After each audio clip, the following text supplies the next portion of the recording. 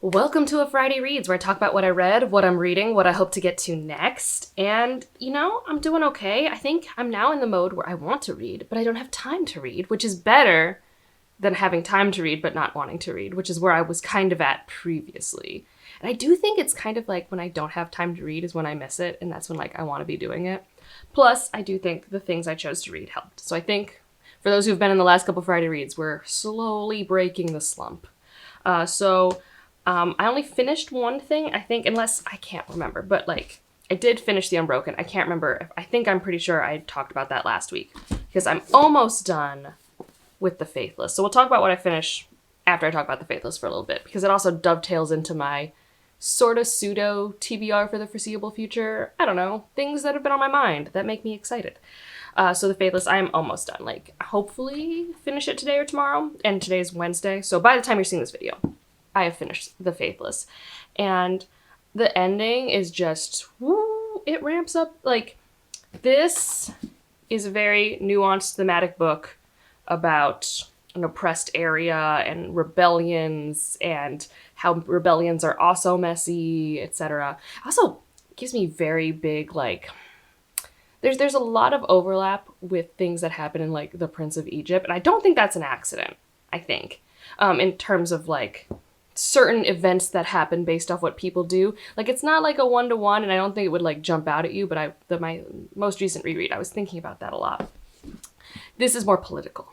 And it does still have rebellion elements, and I really enjoy that, but the magic is also kind of coming alive a little bit, but in just the right amount, because I have always liked this series more for the people and the politics and that part of the world building, and the magic is just I don't know, the whipped cream on top is just very interesting. And yeah, things are tense. And I think I sort of remember how they end and I sort of don't. And so Luca and Turin have this very problematic relationship with each other. It's not ever a relationship so far. In terms of they are committed to each other, but they have this pull to each other, but it has an issue with where they are in the world and what they represent, etc. And that tension in this book, there are some scenes where I'm like, oh my gosh. Oh man. Luca is really trying to be better in this book though. You get most of the development for Turin in this book, and she's obviously still developing this one, but this is a lot of Luca trying to put her money where her mouth is. And so excited for the Sovereign. I really don't quite remember how this ends. I remember some things, and I'm really excited that I'm going to be reading The Sovereign very soon because I am enjoying reading the series. It's so good. The thing I did finish was A Sunny Place for Shady People, and for those who like short story collections, okay, and maybe align with my taste, this is in my top 5. For sure, my top 10, for sure. But this is so strong. Maybe my weaker stories are 4 stars. There's nothing below 4 stars in this collection. I love how weird she is. The body horror stuff is unsettling. It's horrifying. I don't know, it reminds me of how scared I used to be with some Goosebumps stories, which I know is for kids, but they knew how to make a kid scared. And so here, when the horror is happening and the body horror, and it has a good blend of the body horror is the horror, with also this person does just have a body that might not be normal, but that's not the horrifying part. The horrifying part is how people are treating them. And I really like that thematic blend here. And yeah, I now need to read. I think there's another short story collection that's been translated out there by them. So for me to read, actually, is that going to be written in the front of this book somewhere to tell me what books this person's written? I don't see it. Because I think Evie was telling me that there is another short story collection, but I haven't read it yet. Okay, by them.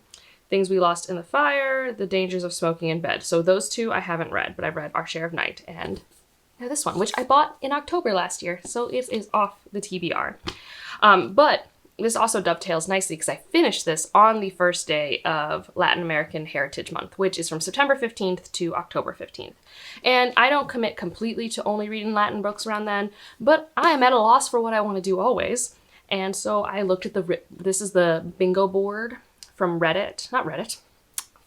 Instagram. And it's a pretty manageable bingo board. So I thought I would try and just have a couple books around, pick some stuff.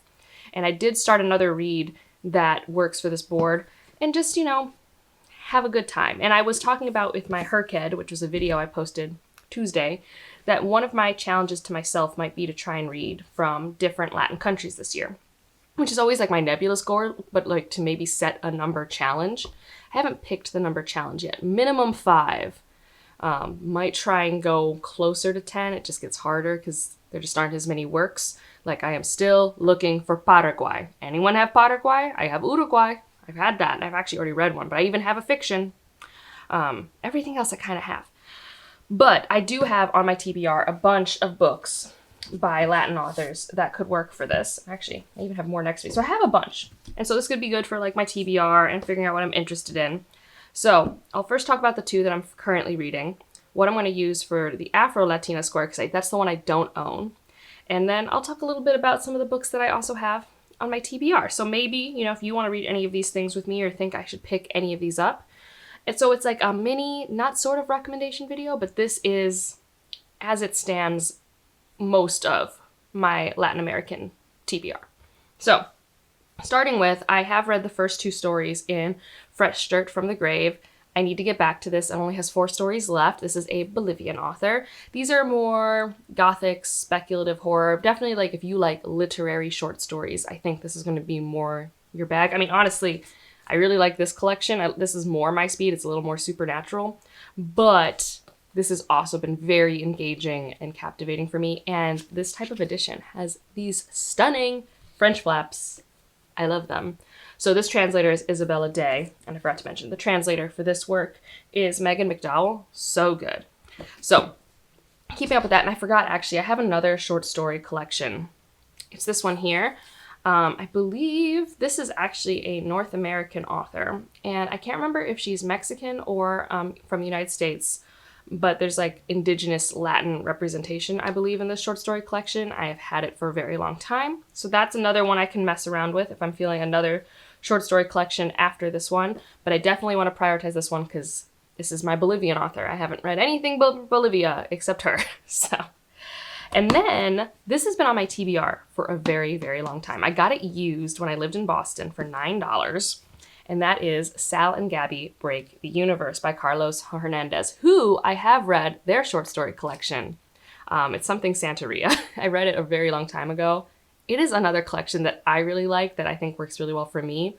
But I like Carlos Hernandez's style. And this is, I believe, a middle grade. I don't think it's young adult. I believe it's a middle grade from the Rick Riordan Presents catalog. And I've heard amazing things about it. And when I was in the bookstore, I read the first chapter of it. I'm like, oh yeah, I like the voice of Sal. I'll read this. So this is going to be Cuban representation. I'm pretty sure it's Cuban American specifically. And it's very fun. This is my audiobook right now, and I've just been listening to it, and he wants to be a magician. There is definitely some sci-fi elements. Like, it's a sci-fi fantasy middle grade, and it's everything I expected Carlos Hernandez to bring to the table, and I'm just really excited to keep going. And I think this is exactly what my brain wanted for an audiobook, because I just want something engaging, and because I drive 30 minutes a day each way to work, and it's just like, I just want it to be engaging and something that I look back to that's like a fun adventure time sometimes on my audiobooks, and that used to be my Verkosigan, and I just haven't filled the void yet. And so this has been very fun. And like I said, it's been on my TBR forever, and it will be very good for her kid for a couple things. Because I probably, like, that's another thing. Am I going to try and fill this bingo board out, and that's the readathon I participate in? I don't know. But for sure, this works for also disability representation, because Sal has type 1 diabetes, which I don't read in books very often. So then I don't have plans for any of the other books that I'm bringing up for you, but they are books that I have. So this is this book came out this year. I really love it. You should read it, but not too bold. So this is a Brazilian Argentinian author. So, but it's the translations from Portuguese if you're doing like translation stuff. And Evie bought me A Study in Ugliness, which is essays and short stories by the same author. So another collection. It would help me with my languages because I haven't read Portuguese yet. And then I have my next... Evie buys me so many books, guys. Evie's a gem. So a couple years ago, she bought me It Would Be Night in Caracas, which is a Venezuelan translated work, which there are oddly very few of them. And this is their newest one, No Place to Bury the Dead, which, I mean, it's stunning. And I think this is more like literary speculative. Like, It Would Be Night in Caracas was purely contemporary dramatic thriller adjacent, but more just contemporary work. And so I think this one might be more literary speculative. Like I think there might be like a plague or something like that. And like, look at that cover. Like that's stunning. And now some other ones I have. Let's see if I can get them off this shelf. Yeah, they come off easy. So this is my Peruvian author, Mona. Ryan read this. He didn't love it. This is definitely literary. So this is like a literary work. It's, I think, about a writer that goes to a writing retreat and she's a little weird. So it's hitting a lot of like the tropes that I associate with literary fiction. This is the only Peruvian author that we also already owned because Ryan owned it. And Jawbone, I can't remember where the author for Jawbone's from. Let's find out in the beginning flap here. I don't think it's telling me. I want to say Argentina, but like I could be really wrong. So I don't remember where she's from, but I have Jawbone. It is translated by Sarah Booker. Oh, I forgot to say, I don't know. I don't think this one has a translation. The translation for this one is Elizabeth Breyer. But Jawbone, I don't remember where it is from. So I don't know where she's from. I can't remember. My instinct wants to say Argentina, but I could be incredibly incorrect. So don't quote me on that. But this would be potentially really good for this time of year because I think it's more gothic, supernatural, literary adjacent, like more atmospheric. I could be wrong. I don't know. And then this one is not Spanish, but this is a book, I think, from Suriname, which is in like South America, but it's not a Latin American country because it was, I believe, colonized by the Dutch, I think. I could be wrong. And it says country ruled by the Dutch. So this is a book that when I was doing this project where I was trying to find books from every country in South America that came up, and that's The Cost of Sugar. So that probably doesn't make sense for this readathon because it's not Latin American, but it's in my stack of trying to read from all the countries in South America specifically, because I feel like South America gets negative love all the time. So yeah, that's just like a rundown of what's like on my TBR. There might be another one on my shelf for like my middle grade collection that I just like never look at. But I'm really excited. And like I said, I don't think necessarily all of these are going to be read right now. I am primarily focusing on what I have because also my coworker just started reading the first book in the Encrypted series by Shauna McGuire because she loves Shauna McGuire. And I was like, well, I have a bunch of those books, so if you start reading them, I'll read one. So I might give that a try for a physical read, depending on my brain space. But otherwise, I don't really have concrete plans. The only other one that I would think I would really like to get to, because it would finish off a bingo square for Herked, and I've literally been saying this for months, is Remember You Will Die, because that would finish off one of my squares, and I'm just very curious about it. But that's this Friday Reads, where I'm just, trying to get excited. And I feel like challenges help me be excited about my reading. I don't know if that happens to you. I know challenges sometimes are the exact opposite for a lot of people. For me, it's a sweet spot of like, how does it help me accomplish goals that I've already nebulously, set for myself? Like if something can accomplish 3 goals, I get really excited about like checking off so many boxes. So yeah, I don't know what I'm doing this weekend. We had so many weekends where we were out of town. So last weekend I did like nothing. It was amazing. I watched Great British Bake Off. I hung out with my family. It was good. This weekend, I'm hoping for a little more of the same. Ryan and I kind of want to check out, there's this place in Ohio City that does ramen and ice cream, which sounds pretty dope. So we'll see how much energy we have for that because they're replacing our roof soon, which should go easily.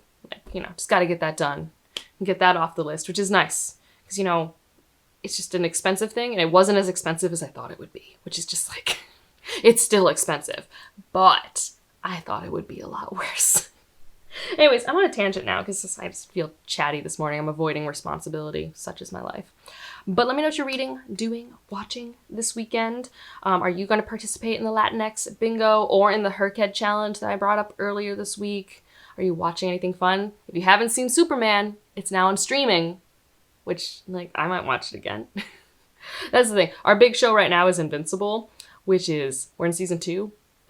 It's emotional, man. I keep getting so many gut punches, but I really like it. It's emotional. Anyways, if you just want to leave an emoji to let me know you're here. Leave a sci-fi one, like for the universe and stuff like that, like Sound Gabby Breaks the Universe, just like a wonky sci-fi one that you like, or a magic one for like a magic user. And otherwise, like if you liked it, subscribe if you want to, and I'll see you in the next one. Bye!